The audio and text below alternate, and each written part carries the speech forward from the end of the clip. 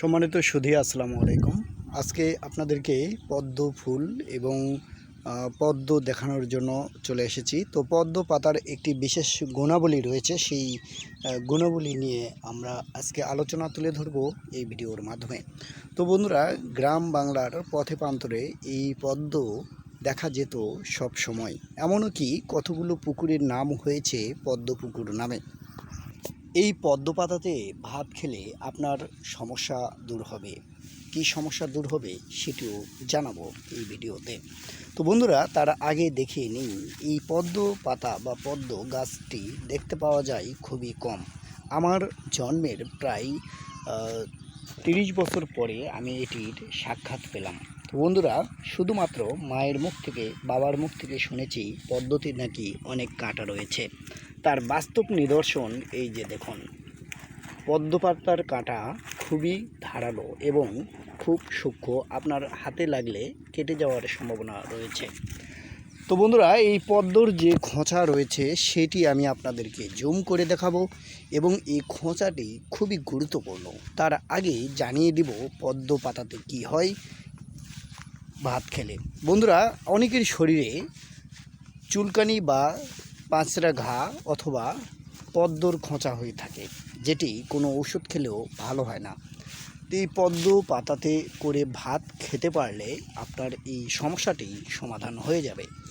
অনেক সময়, অনেক প্রাচীন আমলে পদ্ম পাতাতে করেই বিবাহ বার্ষিকী সহ মৃত্যুবার্ষিকী সব অনুষ্ঠানেই এই পদ্ম পাতাতে মেহমানদেরকে আপ্যায়ন করা হতো। বন্ধুরা, কালের বিবর্তনে এবং চাহিদা না থাকায় এই পদ্ম গাছটি হারিয়ে যেতে বসেছে। তো আমি যেখানে অবস্থান করছি এই এলাকার নামটা বলবো না, কারণ এটি খুব সংরক্ষণ করে রাখা হয়েছে। দেখুন কত সুন্দর দৃশ্য। আর এই জমিটির এরিয়া হবে প্রায় 5 কাঠার মতো। তো এখানে এই গাছগুলো খুব সুন্দরভাবে বেড়ে উঠেছে এবং দেখতে মাশাআল্লাহ অনেক চমৎকার। পাশ দিয়ে যে রাস্তা দেখছেন, এই রাস্তা দিয়ে অনেকেই যায় আর দেখে। তো বন্ধুরা, পদ্মর ফুল আমি একটু জুম করে দেখাই। এই যে এটি হচ্ছে ফুল, এগুলো ফুল। আর মাঝখানে যে ঘটনির মতো দেখতে পাচ্ছেন আপনারা, এইগুলো হচ্ছে পদ্মর খোঁচা।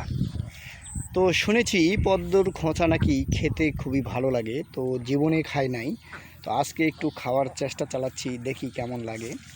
তো আপনাদেরকেও খাওয়াতে চেয়েছিলাম, কিন্তু হয়তো হবে না, কারণ আমি খেতে পারবো কি না আমি নিশ্চিত বলতে পারছি না।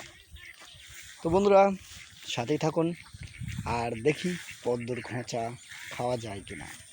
পদ্মর ফুল দেখতে অনেকটাই শাপলা ফুলের মতো, অর্থাৎ আমাদের যে জাতীয় ফুল রয়েছে শাপলা, এই শাপলা ফুলের মতোই কিন্তু পদ্মর ফুল, কিন্তু তার চেয়ে একটু ব্যতিক্রম, কারণ এর ভিতরে যে অংশটা রয়েছে সেটি খুবই সুন্দর।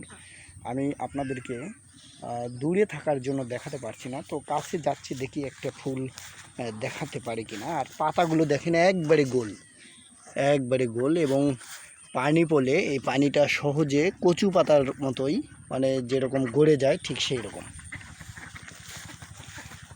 তো বন্ধুরা, পদ্ম পাতাতে ভাত খেলে আপনার শরীরের যে সমস্যা রয়েছে এই সমস্যাগুলো সমাধান হবে। তাছাড়া অনেক উপকার রয়েছে এই পদ্ম পাতাতে। দেখুন এই যে ফুলটা আমি জুম করে দেখাই, এই যে কত সুন্দর। তো গ্রামের এই দৃশ্যগুলো শহরে পাওয়া যায় না। গ্রামের মানুষ এর গুরুত্ব বুঝে না, তাই সম্মানও এবং কদরও করে না। বন্ধুরা, যারা এই পদ্ম পাতায় ভাত খেয়েছেন তারাই জানেন এর স্বাদ কত।